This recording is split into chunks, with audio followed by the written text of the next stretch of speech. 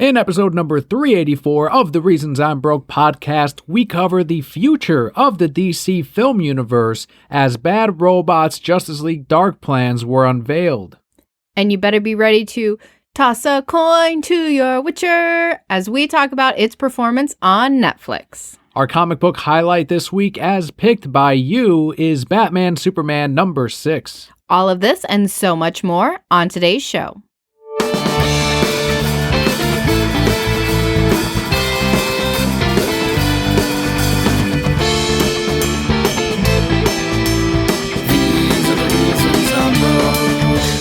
Hello and welcome to your award-winning The Reasons I'm Broke podcast, bringing you the reasons we're broke every single week, ranging from comics, movies, TV, video games, and more. I am Teacher Daniel. And I am Emperor Kelli. To those of you new to the show, welcome to the Brokehead Core. The way we format it is first we go through some news. We head into our Patreon shoutouts, which are thank yous to everyone who makes the show possible every week. We go into our comic book highlight, and we end it with the Brokehead block, which is where Kelli and I have been.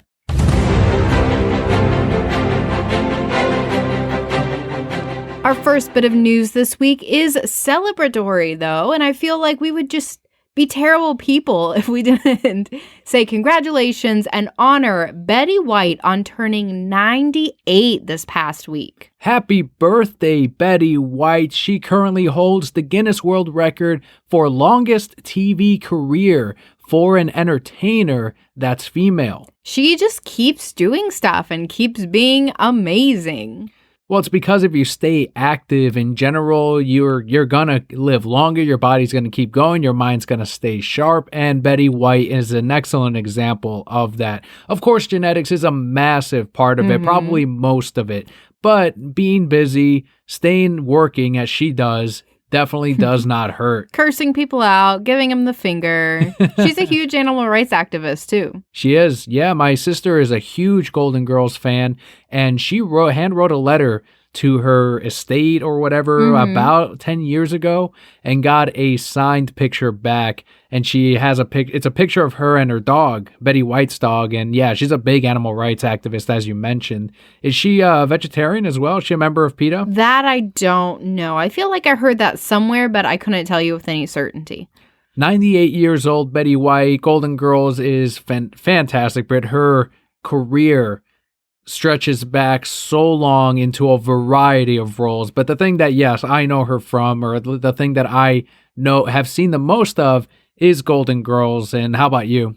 Definitely Golden Girls is what I've seen her in the most. A few years ago, it's probably been 7 or 8 years ago, she was in like some music videos too, dancing around. And I was like, yeah, good for Betty White. And I know she's been in some movies, but, you know, commercials, she's hilarious in everything that I see her in. And I mean, 98 is something that a lot of people don't see. So congratulations to her. I think Betty's record will be one that stands for a long, long time. It's going to be hard to top longest running career for an entertainer at 98. So once again, congratulations to Betty. Another actress who has had a very long-standing career and is going back to what I think I know her most for, I'm not sure about you, but Whoopi Goldberg will reprise her role as, I'm going to mispronounce this, Guyana? You have not seen Star Trek The Next Generation no, enough. I just don't know her name. It's Guinan. Oh my God, I'm the worst. You are the worst. How dare you? But she will be reprising her role in season 2 of Star Trek Picard. I know her from Ghost. Oh, I guess she was in that. I've only seen Ghost once. What's great about that role is she's a scam artist, but then she actually starts seeing Patrick Swayze. And she's like, whoa, it's because she's been scamming these people. Right. And now she can't actually see ghosts. And that's what I know her from. She was running around with Demi Moore, running away from that guy that was Patrick Swayze's coworker that was trying to move in on his shit and got him killed. And that's what I know. It's weird that's what I know her from. But a lot of people, Star Trek. She did have a quote here from The View in which she said, quote, I've said this before, but Star Trek was one of the great experiences from the beginning to the end. I had the best time ever, end quote.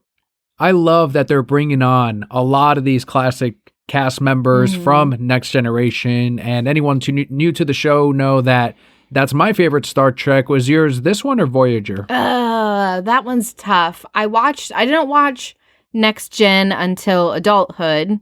So I think I view it differently than I did Voyager. I watched Voyager when I was like 9. I don't know. I was really young. And so I was like, yeah, Janeway, like female captain. I can be a female captain too. And like I was all about it. So I got different things out of both of them. I would really have to go back now and watch Voyager again to really assess which one I liked better.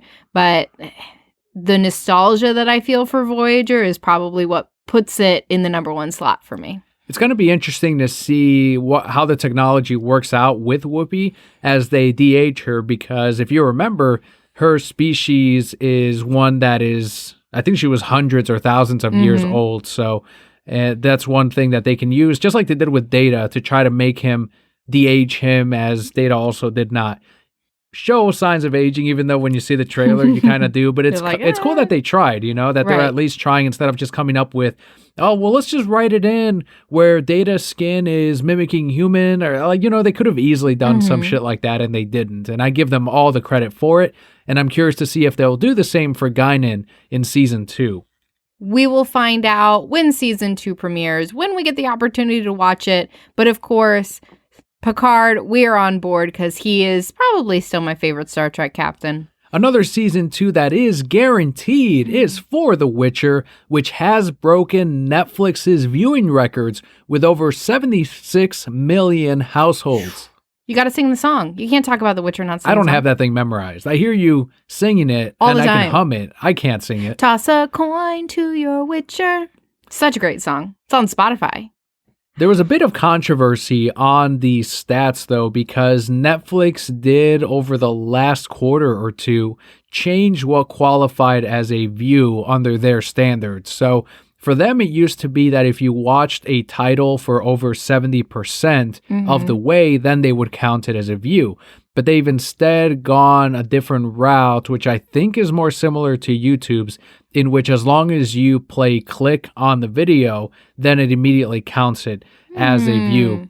So some people were saying that, so whenever I'm done watching a movie or a show and it auto-plays to something else, then I've been giving counts to all these other shows. So that's kind of a little bit dubious. I'm sure that they purposely did that to maybe it's quarter four earnings, or at least the quarterly earnings. So you want to make your portfolio look good. Some people are speculating it's because of that.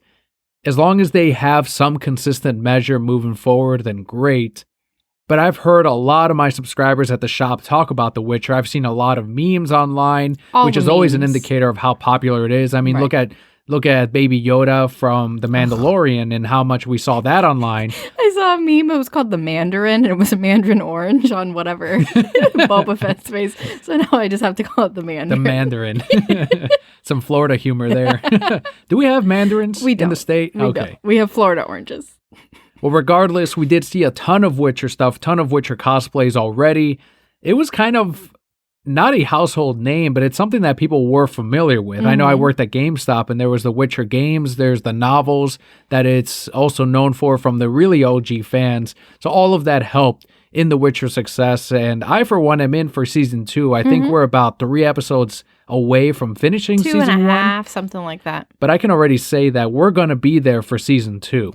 I have really enjoyed it, and I liked it more than I thought that I would, because when I talked to people about it initially and said, what are you watching on Netflix? Have you, watched this? And they said, yeah, it's really similar to the games. And so then my perception initially was, so if you liked the game, like it's for people who played the game, right? Because if it's very similar, but not at all, I think. And obviously you can tell by the popularity, right? There's enough in there that's keeping people going back, kind of satisfying that Game of Thrones, Lord of the Ringsy type vibe with enough mystery. The way they wrote it was really clever, because you can't just stop. Like, it's all coming together, and you have to see how it all comes together. And your mind's just kind of running the whole time of, okay. And then, of course, Henry Cavill and all the women on my Facebook are just losing their minds over him. And I'm like, he was much more attractive as Superman, but okay. Whatever. Have you seen the meme of women watching it for the storyline, and then it has 4 screenshots of Henry Cavill shirtless his in ass. the bathtub.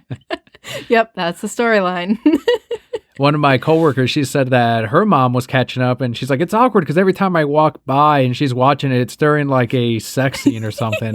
And I was joking with her. I'm like, I think she's just rewatching portions of the Just the episode. sex Like, scene. this show's hard to follow, so I have to rewatch this episode again. And she goes, ew.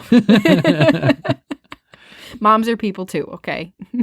No one said they weren't. Getting defensive over there as a mom.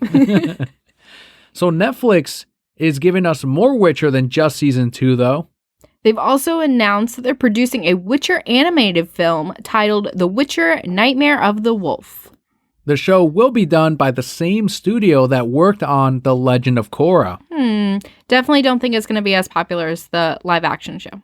How much bleed over do you think we'll get from anyone? And do you think that the same actors will reprise their roles as voice actors in this? That one's tough for me. I don't know. I feel like there was a book that was titled this, wasn't there? That I know very little every of The time Witcher. every time I Google Witcher, it actually just pulls up the book. So I think there was a book titled this or very similar. So I would imagine that the story is going to pull from the books more so. And if they do that, then I don't necessarily think that you need the actors' voices, but I don't know what their contract is for. If Netflix was smart, they would have tied them into a contract that's like this and the animated. Like, and the actors are probably like, well, fuck it. It may not be popular, like whatever. And now they're tied into all this shit. I know it's tough to do for actors to translate over. I know I've heard a lot of interviews with Andrea Belmont I'm sorry, I call her Andrea Belmont, but that's kind of what she was named after. Andrea Romero from Batman the Animated Series.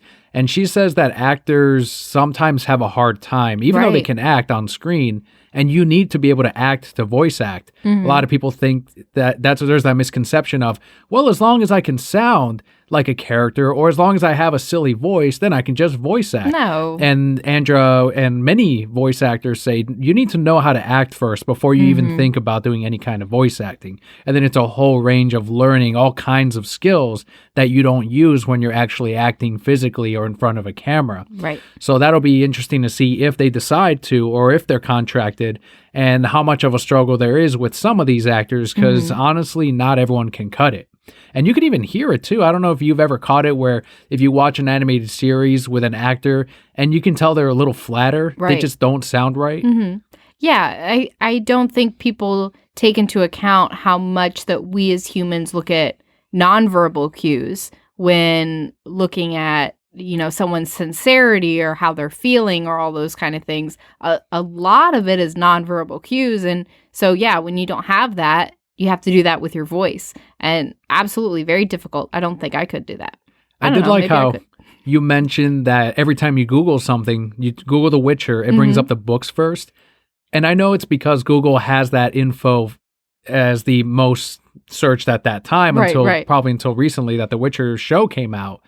But Google's literally telling you, I liked The Witcher before it was cool. Like, that's what it's doing there. Oh, you mean the books? Oh, the It's book? like me Yeah. when the teenagers would come in and they're like, do you have any Teen Titans comic books? But not that new Teen Titans Go crap, the original. And then I'd go, oh, okay, I got it for you right here.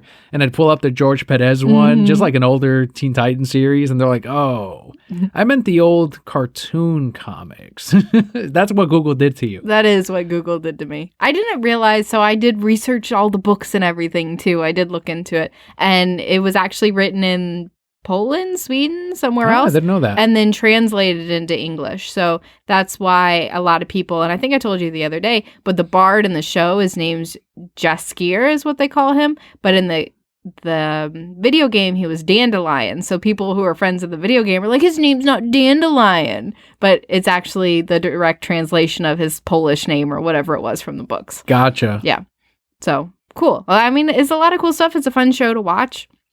Going back to your original question, I think there will definitely be some bleed over into the animated from the show. I know I will probably watch it. And I really think that there's a range or group of people who would actually probably like the animated if it's coming from the same studio that did Korra, which I think we both really liked Korra until it got weird at the end. But I definitely think there'll be a new fandom that will arise from the animated if they kind of do it in the same style as Korra. As long as they keep that song, that's all we need. That song's huge. It's got like millions. I found it on YouTube. It's got 15 million views on YouTube. It'll probably end up being the theme song. It better, because it's great. I'm surprised it's not the theme song already. Like they've retroactively, re-uploaded it with that being the opening, or even for season 2. No, they wouldn't just do pander it. to the fans. Who cares? What's the name of the song? Toss a coin to your Witcher. Oh, Valley of Plenty. Leo even knows the song. Well, that's going to be the next book now. That's going to be the next title. What, Toss a coin to your Probably. Witcher? Just all his journeys. That's all we want. I didn't put it into the show notes, but Netflix's views at this time, or its subscription service, its revenue from this point, this time last year, a year ago, ended up increasing, they said 34%. Wow. In spite of all this extra competition like Apple TV and Disney Plus, which is great for Netflix. But Disney, this is kind of like a non-story really, but I felt that maybe we can get a little conversation out of it. As reported by Variety, Disney is renaming the former 20th Century Fox to 20th Century Studios. So they're dropping the Fox portion. I'm sure it's a branding thing. Of course. They're also changing Fox Searchlight Studios to just Searchlight Studios. Again, dropping the Fox. Yeah, like you said, it's a branding thing. They're sure they bought out Fox, but they're not going to continue to use that name. It's their own thing now. There was a lot of speculation on whether or not they would just keep it as like a New Line Cinema type of thing where they don't directly tie it into the company. Not. They ended up I guess they're still going that route in a way. But they're also going to keep the logos the same also. They're simply dropping the Fox portion of it. And this isn't the first time. Someone pointed out on Twitter that before it was 20th Century Fox, it was a different name also. And then they added the Fox. So not the first time, and they're keeping that legacy in a way by not changing the logo completely. You mean they're not spending money to have someone redesign the logo? I'm sure there's some, but how hard is it really at this point? You're just, yeah. I don't think I really haven't. I am surprised that they ended up keeping this at all. I thought they were just never going to use any of the 20th Century Fox stuff except for maybe reprinting of old movies, DVDs, Blu-rays. And even then, I thought it was just going to be a generic Walt Disney Studios or put it under one of their many movie studios they own that they don't put Disney on. Do you think this gives you a little bit of hope that maybe they might do some of those same kind of movies through this label? Kind of like Alien and all of those? Absolutely not. I have zero faith that Disney has any intention on making movies like the ones that Fox was doing before. Absolutely no. I think this is all simply another way to use a branding that, once again, for the fourth time, does not tie it into Disney. No faith on my end. How about you? Maybe until you just dashed it. You really thought they were going to do an R-rated Aliens? Maybe. You think they're going to do an R-rated Deadpool? Maybe. No, not Deadpool. Definitely not, because that's too close to Marvel. I just wanted to hope. Hope is gone. And more hope that is gone is for the MCU sheep, as Hugo Weaving recently spoke out on why he didn't return as the Red Skull in other Marvel movies. Hugo Weaving, of course, from Lord of the Rings, and also the villain in The Matrix. Who do you play in Lord of the Rings? Oh, the big elf guy. Yeah, I don't know the elf's name, but he has like that weird hair and like those freakish ears. Gwendolyn's, was her name Gwendolyn? No. I'm not the Lord of the Rings guy. What's her name? Gladriel. Gladriel's dad. The only good part of the fucking Lord of the Rings movies were the fighting trees. The fighting trees were pretty cool. What are they called? Ents? I think so. Because I keep calling them tree monsters, and people keep correcting me and saying Ents, but I kind of like tree monsters best. That's insensitive to them. Like if I were to meet them, like it's the tree monsters. Speaking of Lord of the Rings, I don't know why I didn't think of this earlier. So I just read something that like Tolkien's son just died or is about to die or something, and Disney's in talks to like buy the rights to Lord of the Rings. And the comment was like, "Well, it was fun while it lasted." Yeah. Because if they get a hold of that, like, it's over. They're going to redo those and it'll be terrible. Wouldn't surprise me either. No. Wouldn't be shocked. No. Because they're allowed to just buy everything, apparently, without monopoly laws going in. Captain America would show up in Lord of the Rings. It'd be, I don't even want to think about that shit. Let's get back to Hugo. So Hugo, on not returning as the Red Skull, said, quote, "Oh yeah, I loved playing that character Red Skull. It was a lot of fun. We were obliged to sign up for 3 pictures. I was thinking Red Skull probably wouldn't come back in Captain America, but he may well come back as the villain in The Avengers. By then, they'd pushed back on the contracts that we had agreed on, and so the money they offered me for The Avengers was much less than I got for the very first one, and this was for 2 films. And the promise when we first signed the contract was that the money would grow each time. They said, "It's just a voice job. It's not a big deal." I actually found negotiating with them through my agent impossible, and I didn't really want to do it that much, but I would have done it, end quote. Disney added again. I'm assuming this is right before that time when, I don't know if you remember, but Robert Downey Jr., as much as I don't care for the Iron Man movies except for number 3, he actually fought for his colleagues to get much better contracts than what they were given. He said that these contracts were extremely unfair, and he had so much pull because he effectively started the MCU back before Disney bought it all up. And he said, look, I'm a brand name at this point. We took this C-list character of Iron Man and made him A-list, made him mainstream, and he was the forefront of this entire universe. And he said, I don't have to come back for these movies. If you don't make these contracts better, because it's embarrassing when you compare the contracts with his, then I'm not coming back. And they were forced to get much better pay for a lot of their movies. And this included even some of the smaller characters like Anthony Mackie, who is now going to be Sam Wilson Captain America in the future films. So I'm guessing this was right before all of that, because it sounds like there's a lot of contract nonsense in Hugo's time. And that was just after the first Avenger, which is right around that time when Disney bought up all of this. As easy as it would be for me to like jump on the soapbox and be like, meh, yeah, Marvel. Like, and it is really shitty that they did this, but it happens more often than we would think, I'm sure, that studios do this to people, and it's very frustrating because it's their livelihood. And yeah, they're making millions and millions of dollars, but again, it's still their livelihood, and they're doing this job and expecting something and to come back. It is incredibly unfair. But yeah, Marvel, how dare you? That's right. That's a good note to end that bit on. We've got the future of the DC universe. I don't know if we want to call it the DCEU anymore, but this tells me that there are bigger plans for these characters, and not, I hate to sound like a Daniel Downer, but it doesn't sound like they're going to have Zack Snyder on board. If they're bringing on a big company like J.J. Abrams' Bad Robot, which is, quote, exclusively developing, end quote, a Justice League Dark film, as well as other TV/film DC projects. This is all according to Deadline. So live action Justice League Dark, yes? Yep. It's back on the market, on the whatever. Sure. In the lineup. On the slate. Justice League Dark was created in 2011 by Peter Milligan and Michael Janin. And a live-action film went into development the year after with writer/director Guillermo del Toro, who dropped out, as he does with many things, who left the project in 2015. Are you excited for the Justice League Dark film? Who's going to play Constantine? No idea if we're gonna.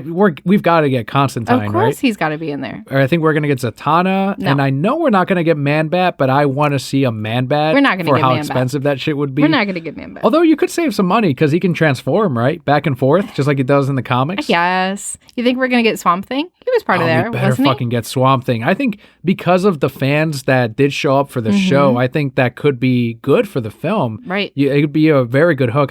Zatanna is not really a big hook. Swamp Thing is, Constantine is, Dead Man's not. There's this Detective Chimp. I think most people are like, oh, he's like Rocket Raccoon. Like, there'd be those idiots, and then maybe they'd come out for it. Maybe. I am kind of looking forward to this. I think that I have grown to like enough of the characters, except for Zatanna. Boo. How could you not like Zatanna?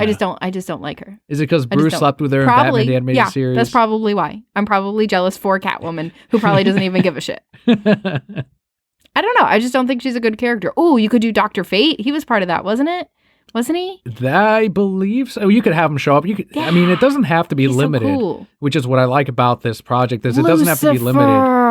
Could have Lucifer, but you wouldn't like him unless it's, what's the guy's name? Tom Ellis. Tom Ellis. You wouldn't like it unless it was Tom Ellis. Just like Constantine. It has to be Ryan, what's his name? Matt Ryan. Matt Ryan. Yes, they're my favorites. They need to. They both have to be in there. I'm just calling it right now. They have to, and because they're like magical or whatever, you could say, "Oh yeah, we're in like the TV show and this, whatever." People should get on Twitter. I don't know if Peter Milligan or I found out the name. It's Mikel Hanin. Ooh, is how you say that. Sorry, I've been saying it wrong. Michael too. Janin. They should get him on Twitter and try to get some information out of him. Yeah. Just see if they're getting compensated. If they're happy for the film, that's how we'll know.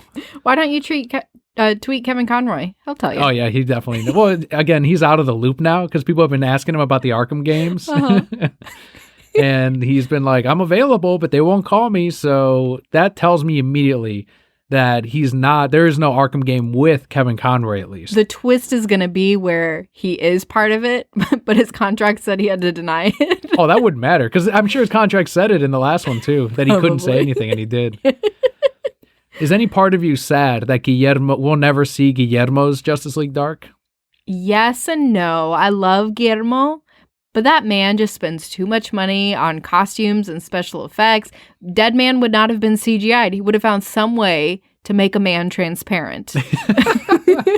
that would have been Doug Jones. Dougie Jones would have been transparent with those millions of dollars. So do I think that while Guillermo's movies are very visually attractive to us because of that reason, do I think that you can potentially get more out of this movie in other ways because that's not what the budget is going to? Yes. He would have to have like me star in the movie to afford it. How about your thoughts on J.J. Abrams? He just wrapped up that last Star Wars film, which was very mixed with a lot of fans, and he made Force Awakens with the plans to not return, but Disney roped them back in because of the reaction to The Last Jedi. And now, from what I understand, Warner Brothers bought an exclusive contract for J.J. to do a bunch of projects for them for the foreseeable future, which some of that we now know is going to include at least his company handling some DC films. One, do you have any thoughts on someone like JJ now handling these properties? And two, do you have any misgivings about what kind of direction they're going in? And if this means this is going to be one vision, or if they're really moving away from what Zack Snyder set up? So I think I like JJ more now because he says he doesn't like Marvel. He said that? And didn't he? He was like, they wouldn't let me do my own thing. Like, I don't remember that. Yeah, with Star Wars. With Disney, sorry. Okay, with Disney. I was like, Disney. Marvel? No, Disney. It's all right, with the same. JJ cut, right. Yeah. It's all the same in my mind. So I think I like him more now because of it. He did Star Wars, right? The first Star Wars. The Force Awakens, yeah. I'm sorry, Star Trek.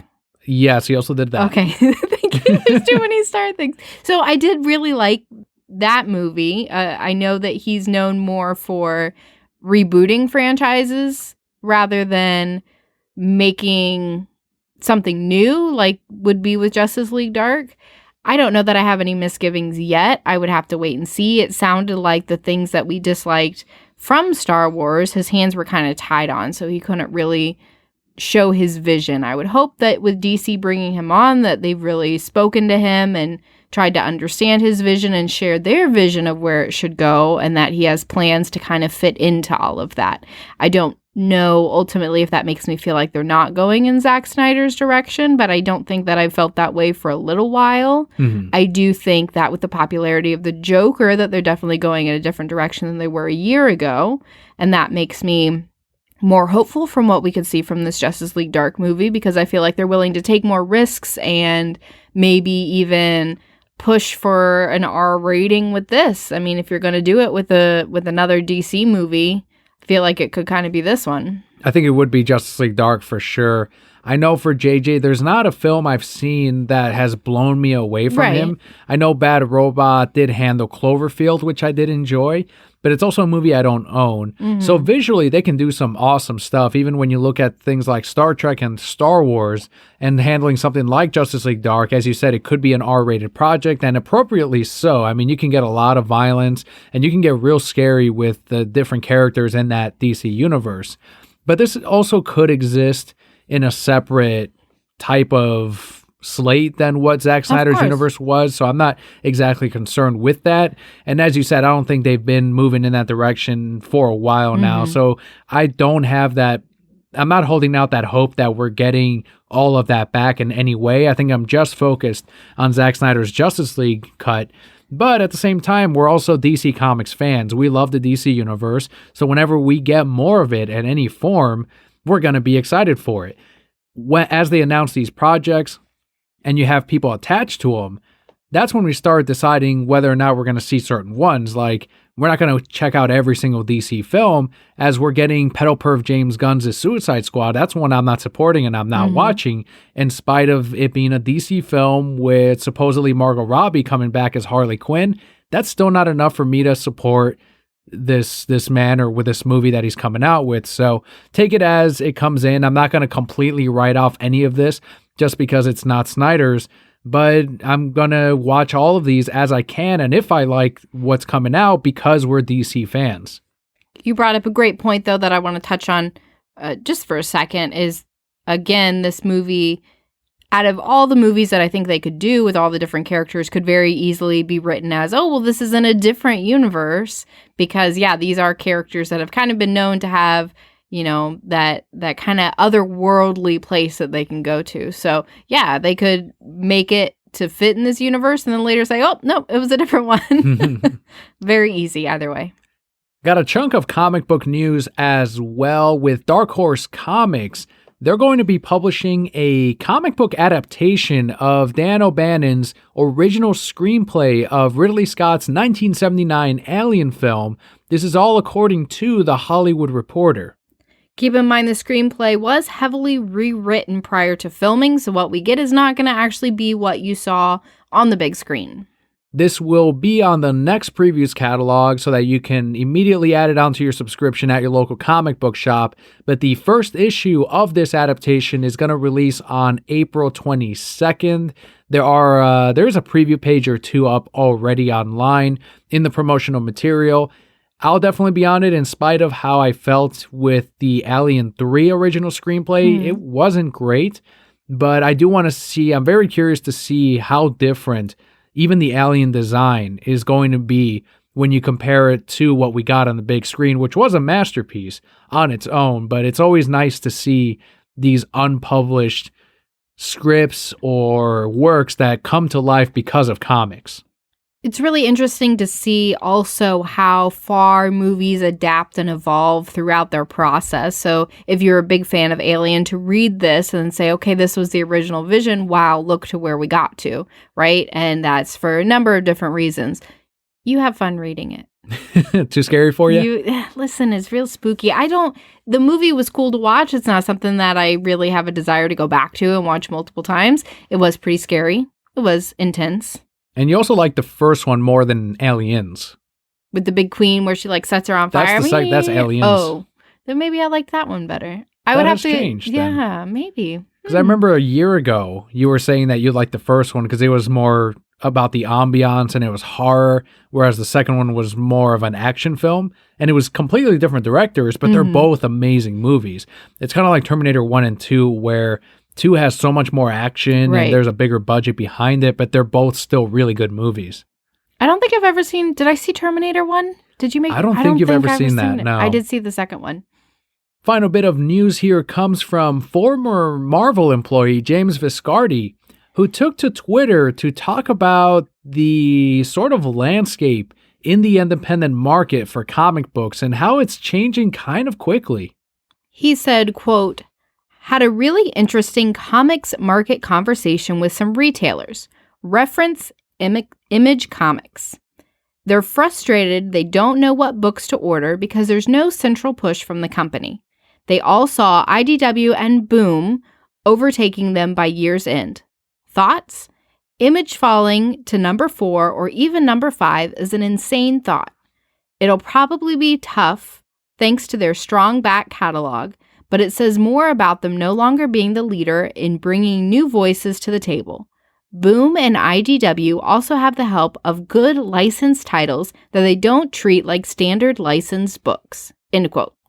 So this is really interesting because I've noticed as well over the last 2 years the drop off in Image number 1s, and they've made them returnable, which is fantastic for retailers, and I love it. But other publishers, including DC Comics, have jumped on the returnability, which is great. Everyone wins because we find the ceiling, they sell more books, and it works out. The problem is with Image, they do a ton of new series all the time. If you look at the previous catalog, there's 2 or 3 titles every single month of all new books. And people are always asking for new content, new books, new ideas. It's there with Image, but there's so much of it that a reader's dollar is only spread so thin. Right. That they're instead, when they see an Image #1 and it's an original work with characters they're not familiar with, right next to this week, for example, Ghostbusters Year 1 #1, they're like, all right, well, I've got enough money for this many books. They're going to lean towards the licensed property over an original work. And that's just the name of the game because it's something that they know they at least like some portion of. So the risk is, I wouldn't say risk, but the chance that they'd like that book is higher on something that's familiar. You could call it a risk. Yeah, there's a lot of risk in business and in what you choose to spend your dollar on. So yeah, the risk is definitely lower. And now that Boom Studios and IDW have jumped on the returnability, retailers have ordered higher on things like Ghostbusters Year 1. I was just looking at that today. I think I had a few, like 2 or 3 subscribers that actually signed on to it. So I ordered 10 copies for the wall to hit the wall. And when I left today, I was down to 2 copies. Wow. If that book wasn't returnable, I would have ordered maybe 4 or 5. Instead, now I'm going to sell out of all those 10. My orders are going to be much higher for #2, whereas they wouldn't have been if they weren't returnable. So now IDW and Boom, with their returnable books, are gaining huge, huge strides in the independent market, more than Image Comics. Because even though they're making their books returnable, I'm now finding Image #1s that it's like, all right, I ordered 10 copies of that. I'm returning 8, 9 of them sometimes. And people just aren't jumping on those. Speculators are not buying on those. It used to be Image #1s were the thing. Put me down for all the #1s. Speculators were jumping on them. Some readers are jumping on them.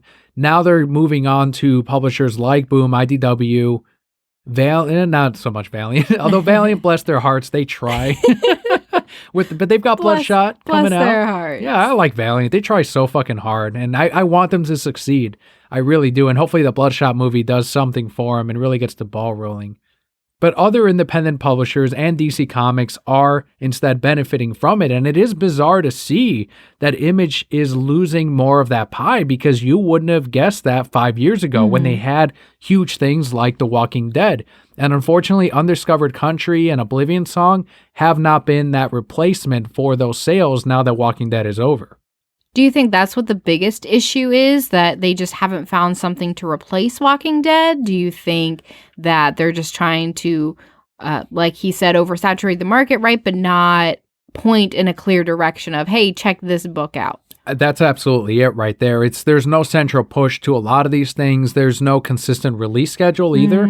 Once they get a book releasing, then the next issue comes out whenever it is, and there's delays on these books. It's not consistent. They'll finish up an arc, but they won't do a volume 2 right away.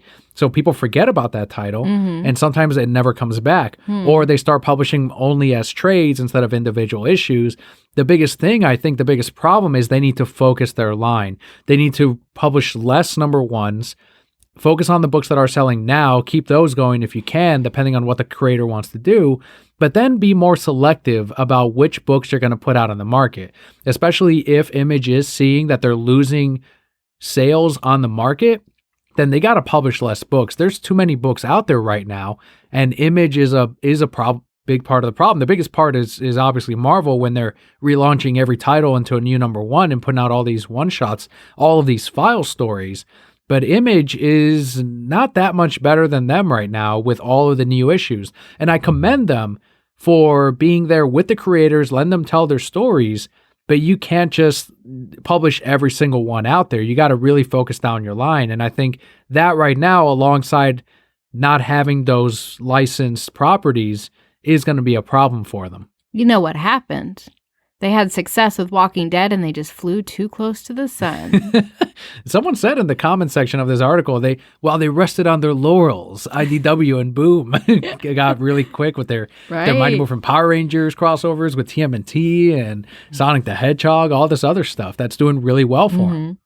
I heard recently, they're talking about how to be successful in business and in work and everything. And it boils down to three things.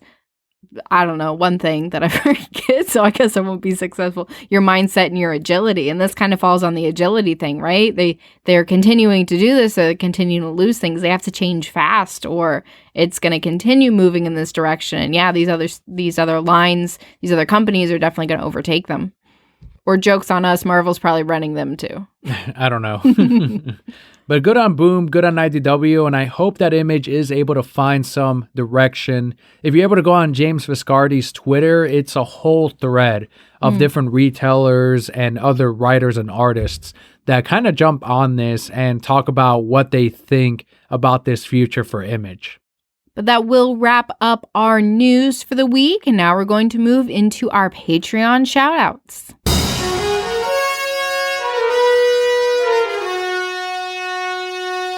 We've got 5 shout-outs this week. The first one goes out to Nick F. on Twitter, at Jersey Whisperer, and at Nick's Nerd News 1.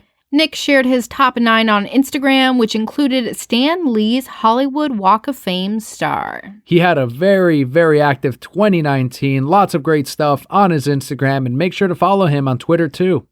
Up next, we have Julian W., whose Twitter is at Kage023 or at Lazy Gaming Guys. He retweeted an image of Super Smash Bros. Roster with, quote, "Can we take a moment to appreciate the amazing JRPG representation in Smash? Spoken like a true weeb, Julian." What's JRPG? Japanese role-playing games. Oh, okay. Oof, glad you knew. I know. I was like... I knew role-playing games. I just didn't know what to do. I slightly out-weebed you, but it was like slight. Only by a little Only because bit. I saw this tweet. Up next, we have Christian, whose Instagram is at @A_man_defeated. He posted up an image on Instagram with, quote, "It's okay to be white," end quote. That alone is controversial in 2020. Can you believe that? It is. I could really get into this. I read a little bit about this concept, and I just don't want to get that political on the show. But yeah, it's unfortunate that we've reached this point. I mean, it's unfortunate that people are racist and terrible to other people to begin with, but the fact that it's now becoming not okay to be white anymore. Mm-hmm. Sorry that this is how I was born. I'm very white. And I've heard you, and I'm listening as Yeah. a non-white man. Thank you. See, this is how it goes. This is dialogue, everyone. You're listening to your white, and I'm a woman, so That's forget a about twofer, it. yeah. Even more so. Well done, Christian, getting the conversation going. Next shout out goes out to Renee on Twitter at Yugi's Pokemon. Renee has a great Pokemon Twitter account. Make sure to follow him for tons of shiny hunts, and occasionally it sounds like he does some Pokemon TCG code giveaways too. Up next, we have Corey B., whose Twitter handle is at Comictropolis. Corey put up an image of Lego Batman v Superman with the caption, quote, "Build it and they will come, hashtag release the Snyder Cut," end quote. So cool. Release the Snyder Cut. He also said on our Patreon that, quote, "I love angry skier Daniel. He's awesome," end quote. I'm glad he liked it because I was not in a great mood last week, and I was like, oh man, this is not going to reflect good on the show. And I was listening to it, I'm like, man, I was kind of on the edge there, but he liked it, so it was a good show. You were very on the edge. I went on that rant about fucking number ones and comic books, skiing all fucking aggressively. Down that black diamond, like, That's right. I don't even know what a black diamond really is. What is just a very hard mountain? You should know. You're pretending like you don't know. Again, you should know about skiing. I've never been skiing. I've seen snow like twice in my life. 2 times I've seen snow. That's why this like 60 degrees is killing me. Well, I'm glad Corey liked that episode, and a huge thanks to him, Renee, Christian, Julian W., and Nick F. for your Patreon support this month. If you too would like your shout out every single month for as little as $1 a month, that's 25 cents an episode, you too can become a Patreon backer. And if you would like to wear some merch, represent the Reasons I'm Broke podcast, we've got some what I think are great designs. And I'm going to say they're great designs because I worked hard on a lot of them. You did. They took a lot of time. And we had some that were commissioned out, like the Greninja one. It'll be under Frog Ninja on our TeePublic But you can head on over to thereasonsimbroke.com. Just click on merch at the top menu and you'll see all of the shirts. They come in a variety of colors and sizes. If you buy one, make sure you send us a picture through Twitter. It doesn't let us know who purchased them, but we definitely want to give you a shout out. Let's head into what you picked as our comic book highlight this week, the Brokehead pick of Batman Superman number 6.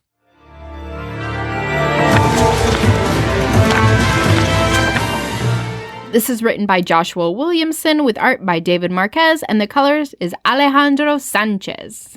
I don't know if you got the same thought or feeling from this issue, but I felt it was kind of a standstill book, and every comic seems to follow that rule of you got to have at least one major action sequence, move the story along, and then kind of leave it on a cliffhanger in a way, which this one did that last part really good, and I'll spoil it in a minute, but this will give readers or listeners a chance to read the issue before they do, but otherwise, not a whole lot really progressed in this. There's a lot of mistrust with both Batman and Superman right now, which I thought was a little interesting, but I feel like if only Superman had done these things up to issue 5, the Justice League would have been fine with it. But because Batman's involved, Of they're like, course. these two. And Superman's okay with it because he's with Batman, who he loves. So Right. he'll follow him to the ends of the earth. Of course, he'll follow his man anywhere. I did get kind of sad when he was able to track Wonder Woman by listening for her heart too, and I was like, he should only know Batman's heart. Superman has super smell, right?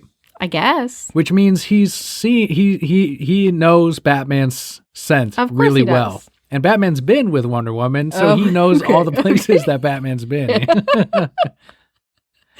That's just too creepy. I can't get behind Look, these that are one. Superman's powers, I can't- all right? I can't. I'm just explaining you. Okay, but that one's palpa denied. I can't get behind that one. That's the only way I can keep it to where it's still Superman loves Batman. Are you telling me that Batman's seed is so strong that it just sits in the woman forever? Oh, of course. What do you think? Yeah, she was taking out her frustrations because of the infected with Donna Troy. You get a little bit of Gordon as well, and I don't think we saw the Batman Who Laughs at all in this. They talked about him, and they're instead setting up a plan to track down the different villains, but I don't know. I don't think that this felt like a filler issue for the most part. Yeah, definitely. And it was tough because I don't think I read any of the infected up to this point, so that I was still trying to catch up. But at the same time, if this was the first book that I jumped on, I'm not like, oh, let me see how they solve this. I was just like, yeah, Batman and Superman are cool. And then they're like in their little separate places thinking about things. Yeah, and all the League members are like, how come they did this to us? And Right. How could they? it's like, get over it, League. And How many then- times has Batman, quote unquote, betrayed you? And then Wonder Woman's like, I never thought I'd have to use my lasso on you. It's like, Jesus Christ, Wonder Woman. That's what I would have said. That would have been the end of that argument. Like an inconvenience more than anything. I don't think she does, right? No, she use it doesn't. on him. She's It was just more like, like a point. we broke our trust. And yeah, that was her whole point, is before we always told each other everything, and that's what made us strong, but then we kept things from each other, and that's how all these things happened. That's why everything fell apart. Let's talk about that spoiler. The very cliffhanger of this. And I know it's not going to be major for anyone. It's not like, now we get the Green Arrow Who Laughs or any big reveal. Like, there's no new character reveal, but it's big for me because it's my favorite Batman villain. But at the end, you get a slight panel, you get a hint of a little bit of goo. And I'm like, oh, it's a fucking Lazarus pit. Sure enough, someone is waging war. They're going to start a war with Ra's al Ghul. Haven't they learned by now? Never start a war with Ra's al Ghul. No. And it is Zod who wants the pits for who knows what he's going to use them for. He wants the Lazarus pits, and he's going to wage war with Ra's al Ghul, who doesn't even flinch at fighting a fucking Kryptonian. Of He course will not. fight he'll fight anyone. He'll fight I love Batman. Ra's al Ghul. And I've never seen Ra's go up against, and maybe it's that I haven't read enough Ra's al Ghul stories, but I've never seen him go up against people like Superman. It's simply always been going in the world of Batman, and it's kind of where he stays. And occasionally, yeah, he went after the Teen Titans, and we've had those stories before. But to me, it's gonna be hard to handle someone like Ra's going up against someone as powered as Zod, and I'm curious to see how they're going to flesh out that plot. You don't think he spies on Batman enough to know how Batman takes out these guys? So you think there's going to be a little bit of kryptonite, maybe? Of course. 100%. I 100% guarantee you when Batman's fighting these Kryptonians, Ra's is just creeping in the bushes, watching him like, detective, like waiting for his shirt to come off and the swords to come out. I hope that's the next arc. I can't wait for it. Are you at all excited about that war? I mean, I already know Ra's is going to win, so I think so. No, I already know Batman's going to step in and stop both of them. I like how the writers went, all right, Batman villain and Superman villains. This is the Batman Superman book. Let's make them fight each other. So it's going to be Ra's versus Zod. I don't know how they came to that, but I'm hoping that story naturally unfolds and it ends up being really strong after Batman Who Laughs, whatever this arc is, ends. Or maybe they're moving into that. I don't know. We'll find out. We're still on board for it. But I think overall, if you've been reading this series, yeah, you should definitely pick this one up. It was just a filler. If you haven't been reading it, this is not the place to jump on. And if you want to vote on what we highlight each week, every Wednesday morning on New Comic Book Day, I'll put up an image of the books that we're going to be reading and then a poll right underneath. And on there, you can vote which book you want on the Reasons I'm Broke podcast. So that's going to be picked by you moving forward, and we've done this for 2 weeks now. We're hoping you're enjoying that. That's all at the suggestion of Bobby, who came up with the initial idea. And while we didn't put up the poll on, I forgot what it was initially. I said it last week, but I don't know if it was Patreon or whatever. Oh no, it was initially on all the books out there on the wall, since I had access to them working at a comic shop. But we were able to refine it down to what we were actually picking up. So it makes it a little bit easier, and it gives the listeners more control as to the content of the show. But we're talking about Ra's al Ghul. I've got to talk about this because I was talking with you on it before we recorded. And at the store, we have Netflix, and we play whatever superhero or comic book related product that it reflects on, adds to the ambiance. And they just added TMNT and TMNT 2, the original live action ones. And in the second one, David Warner plays the scientist messing around with the ooze, and he also voiced Ra's al Ghul in Batman the Animated Series. Well, David didn't really change his voice when he was playing either character. It just sounds like Ra's al Ghul the whole time. So I'm working and I'm it's not like, I guess, how they do it on Big Bang Theory or on The Simpsons with the comic book guy, where they're just sitting behind the counter watching TV or reading books. I'm sitting there working, restocking, pricing books, and it's more background noise to me. But I'm hearing Ra's al Ghul talking to Shredder, and the whole time I just want him to unveil, like, actually, I am Ra's al Ghul. And I was like, oh, fuck. The whole time I just want this elaborate plan. And we've had the crossover between Batman and TMNT already in the comics. So retroactively, can we just redo history to where that scientist has been Ra's al Ghul the whole time? At one point, he talks about the ooze, and he's like, it dates back as far as 500 years. And I want him to say, we found it in a pit. like something like that. Or when Shredder's talking about messing around and creating his own mutants, that's when Ra's al Ghul says, I am not a scientist as you thought. I am Ra's al Ghul. And then he says, you're corrupting the pit for your own. And it's just like there's a war now between Shredder. That's the fucking war I want, between Shredder and Ra's al Ghul. And I want that to be, every time we play that, I want that change to happen or that reveal. And it never does, but it does in my mind. I want that. Can someone rewrite the screenplay to TMNT 2? I think you've already rewritten the whole screenplay. A lot of it, yeah. I talk to my coworkers and we come up with ideas of like, this is where he could reveal to be Ra's, or that, and that guy can be Ubu, and this can be. It's crazy how easily it could be done. The regenerative properties of the pit is what makes the Super Shredder in TMNT 2. It can work. It can happen. Okay, honey. Whatever you say. Let's head into the final part of today's episode. It is the Brokehead Block. This is what happened with Daniel and I this week, but we are going to start with a Brokehead question. This comes from @CubanSlim, Bobby continuing his streak every single week, who asked, quote, how many Detective Comics have strayed from mysteries in Gotham revolving around the GCPD, and sometimes without, where Batman would be involved from time to time, but not the main content of the story? Now it's front and center Batman's arcs. Were sales lower when it wasn't centered on Batman? I particularly enjoyed them, the way where Batman was just lurking in the shadows and would help Gordon solve stuff and would sometimes lead into something bigger, depending on the breadcrumbs found. Your thoughts as well, end quote. I don't know if sales were lower, but I'm going to guess that sales were probably lower without Batman being on the forefront of the comics. I definitely think they've had some success with that, like Streets of Gotham, which was primarily around the GCPD. Mhm. But I personally like following Batman around because I think he's awesome. And while the GCPD is cool, they're like corrupt buffoons most of the time too. I mean, there's GCPD stories that I enjoy, and I think that's a great twist. But at the same time, I'm sure Batman gets bored showing up like, you guys are idiots. Here's the answer. Keeps going. We got a lot of that with Gotham Central too, and I think it's 4 or 5 volumes long. I don't know if Bobby's read those yet, but if he wants more like GCPD-centric detective stories with Batman in the background, Gotham Central is awesome, and that's what the Gotham show was loosely based on in that first season before they went crazy with all the villains and characters. And it's very well done, very well written. It almost feels like a Vertigo or independent title at times, and the artwork is amazing.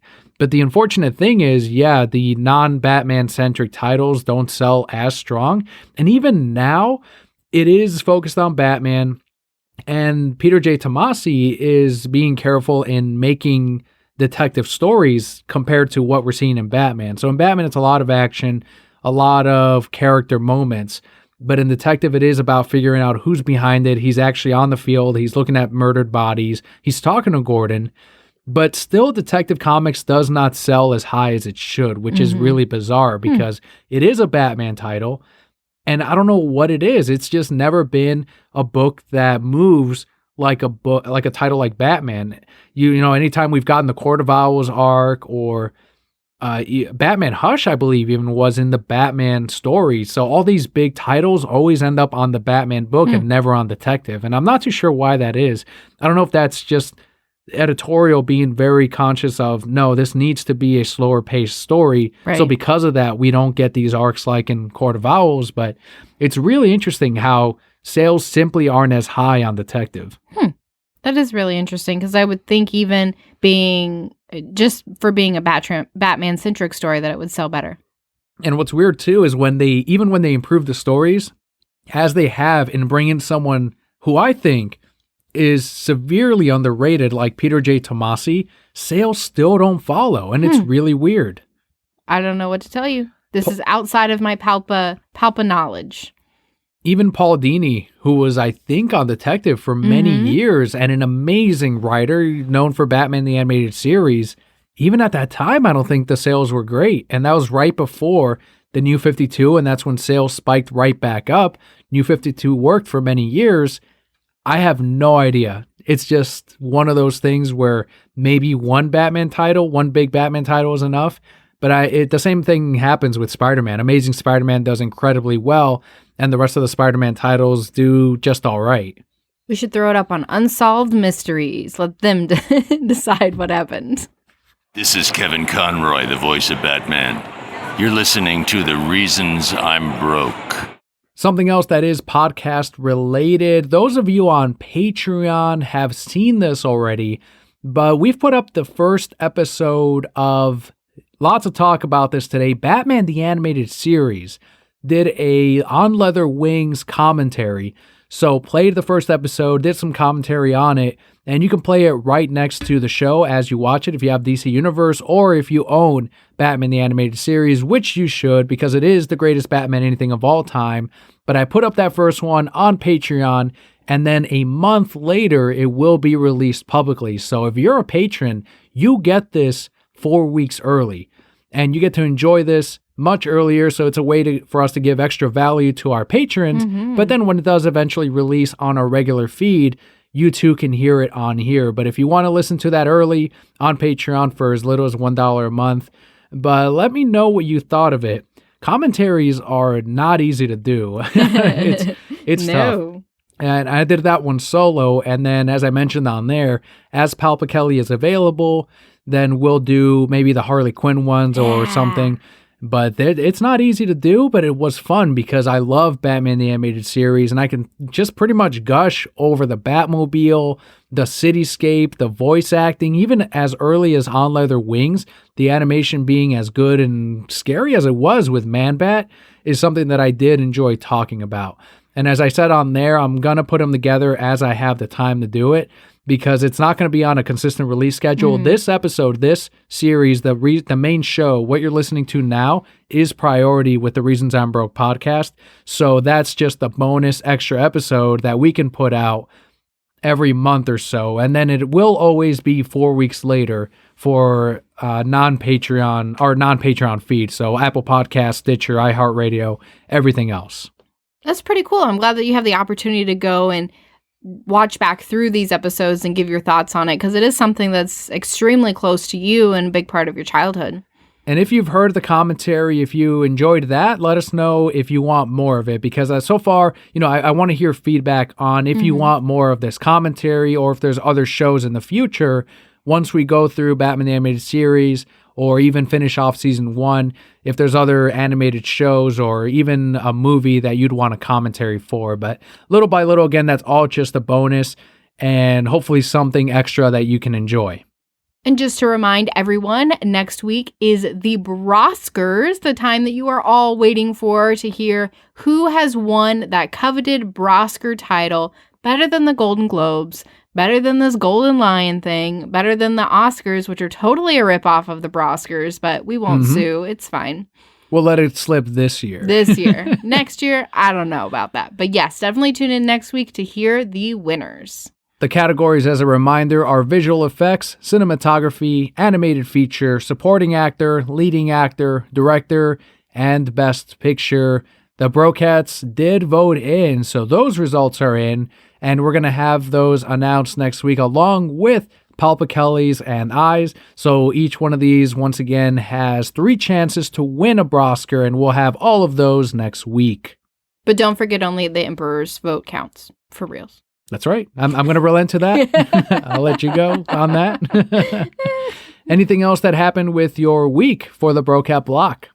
It was a busy week. I feel Florida's had this crazy cold front, so sickness is in the air, and I just have felt off for the last few days, which is unfortunate. I don't like feeling off. But a lot of adjustment with what's going on in my life. But the great thing about it being cold outside is that we could run the fireplace. I say run the fireplace. We could light the fireplace. It is we have a wood burning fireplace, which is awesome.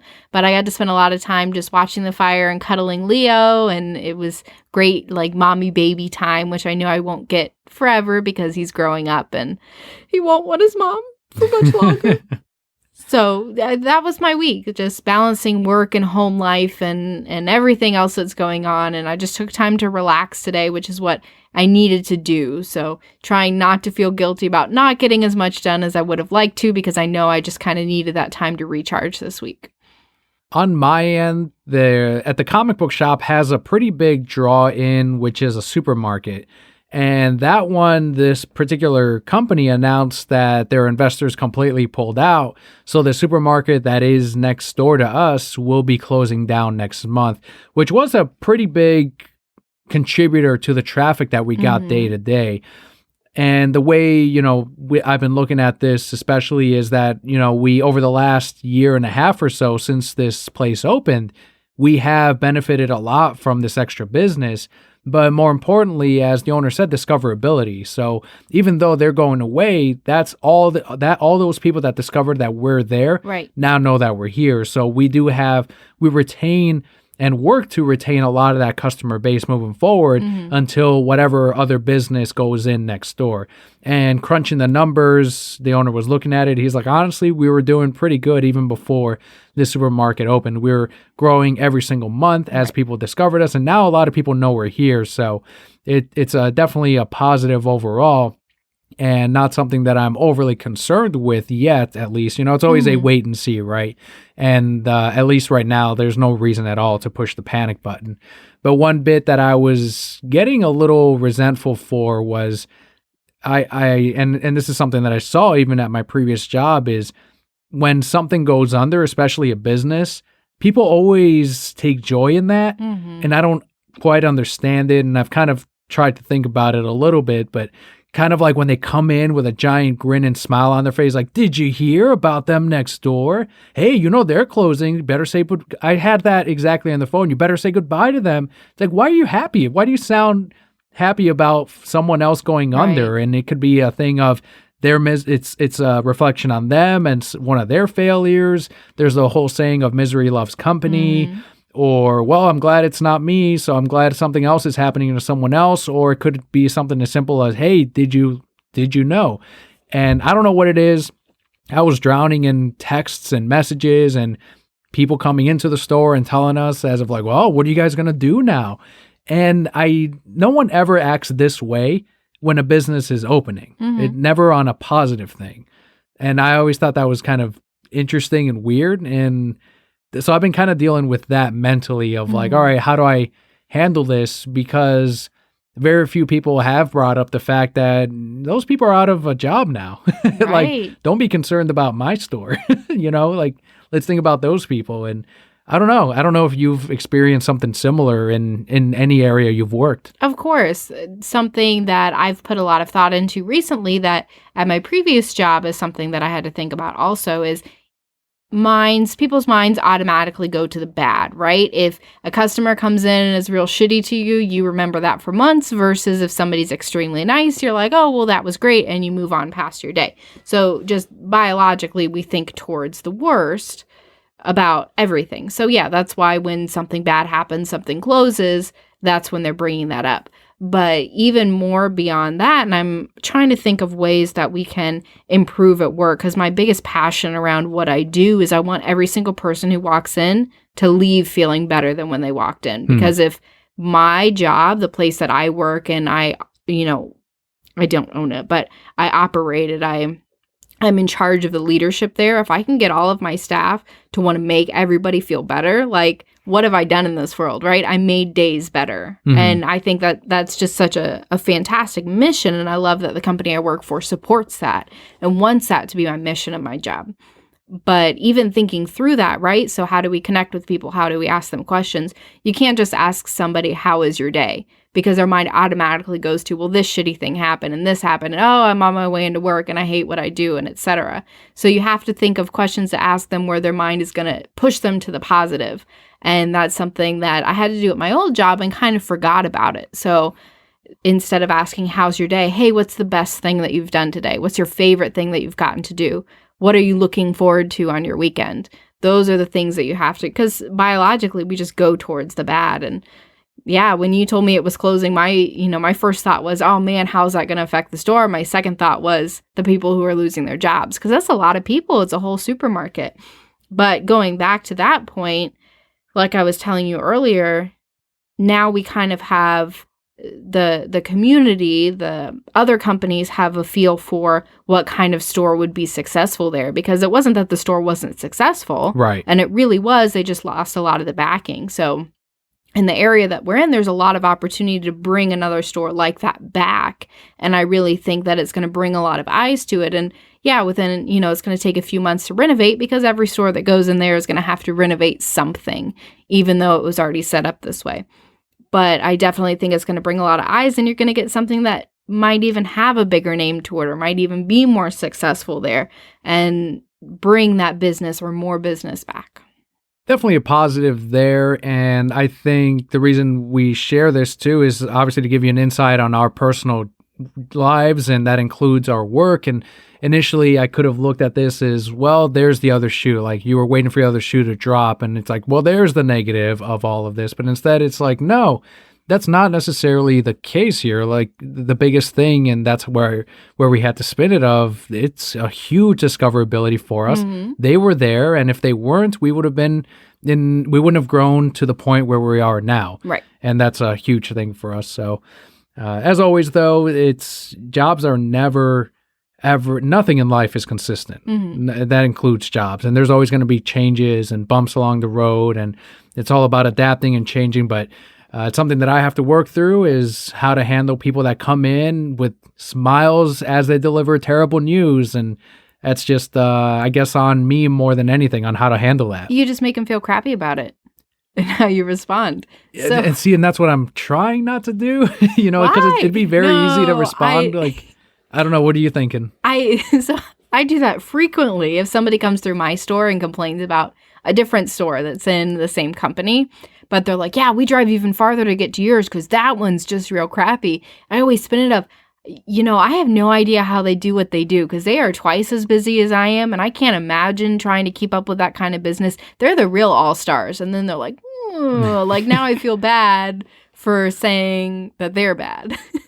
Yeah, and I guess that's not a negative way to do it either. Right. Yeah, I mean, I think if you were to snap at them, there's a different way to snap to make them feel bad. But I've been talking about the employees trying to take the attention off of us because it's really not.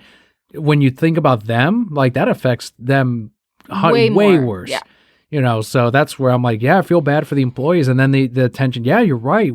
It's not about us. It's about that business and that company and their employees. Well, but then I'm sure those people go next door too, go up to the employees and go, what are you going to do now that you're closing? That's true. And I can't even imagine what those guys are going through. Like, I hope they give them a nice severance package or something because they're closing. And yeah, that's the last thing you want to add. Like, I don't know why people don't. I don't know if it's a lack of sensitivity or just a thing of ignorance. Well, I don't know. The question that I always hated getting asked is when I was working a holiday, and they make you work on the holidays. Yes, like, I get that. Yeah, but you're here. Like, what am I? If I was closed, then you'd say, "Why are you closed?" Right, and that's the one thing I when I worked at GameStop, and I think it was on Thanksgiving Day or Christmas Eve or something. I think it was Thanksgiving. And people are like, "Oh, you guys, they're making you work today?" And I told him, "I'm like, well, yeah, like people like you are here. People are coming in." Right. And he's like, "Oh, I guess you're right." And he walked in and didn't buy anything, of course, because they never do. No. And that was one thing that definitely happened at GameStop. But it's easy to do that, and it's harder. But the right thing is to try to figure out a different answer that isn't quite like poking them, specifically, and instead making them think about something else. I think is the route to go, as opposed to my, 10 years ago self where I would have said something a little meaner. Right. If you can find a way to make them think of other people and not just the bad things, I think that's always the right direction to go in. And I try to remind myself too that I'm probably, I've never, for example, something that came to mind is I've never worked for the post office. So I'm sure there's things that I've done that annoy the shit out of them that I would not know unless I worked at the post office. Right. And to them, it seems like an obvious thing, but I don't know. So that's something I try to also keep in mind as I have these interactions of, well, there's probably something that I've said or do already that annoys a worker somewhere all the time. So there's also that. And that's something that kind of helped me stay balanced and keeps me in check of like, well, I'm no better than them. But I think that's all I have this week. Yeah. The other really cool thing that I have is I got my Maroon 5 sweater. Nice. From my concert tickets. I'm wearing it right now. Perfect time for it. I know. It's chilly outside, so this is perfect. If it's so nice, it says memories, memories, memories on the back. Is that a song? Or yes. Okay. Is that the album or just songs? Just is a it song. number one song? It's their new single that they just released. That makes sense. So good. So wonderful. It's the song you're going to play at my funeral. But how's I'm looking at your sweater now and it's got an M for memories on there, but that looks a lot like the McDonald's arches. I would not be surprised if McDonald's went after them because they've gone after less than that in the past. It's an M for Maroon 5. See, it's an M and then it's got the red V. Oh, I know. But this is how these big companies work. You said M for memories. Oh, whatever. Not whatever. It is also M for memories. I don't think it looks like McDonald's at all. Regardless, you're excited for the concert. It'll be good. I am. In September, it'll be a little while. That's it. Just a lot. Busy time. I have my employee review tomorrow. I might get fired. I don't know. We'll see. Let's hope not. You're like, who's going to pay the rent, Kelly? There's going to be a lot of Patreon push if you get fired. It'll be very desperate. Please.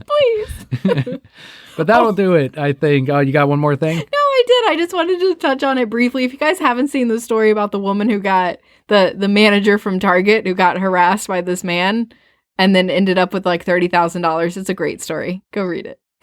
But thank you so much for joining us today Brokehead Core. We really appreciate your support and you tuning in every single week. I've been Teacher Daniel. And I'm Emperor Papa Kelli. And Brokehead Core. All will be well.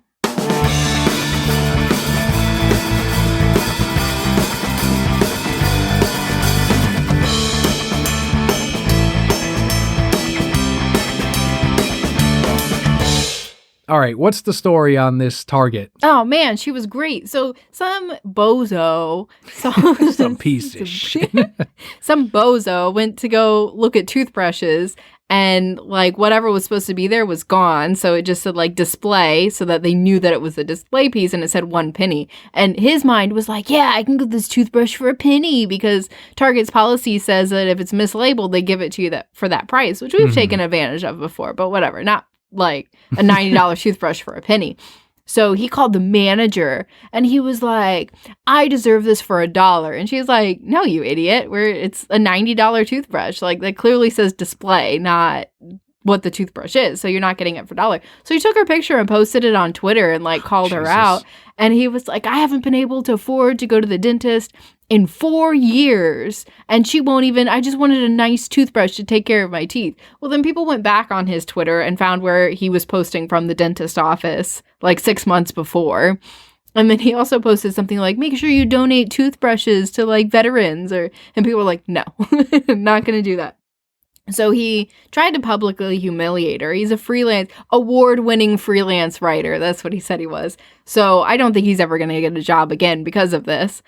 And they started a GoFundMe, like defended her 100%, this woman, started a GoFundMe and raised $30,000 and gave it to her so she can go on vacation after dealing with that shit.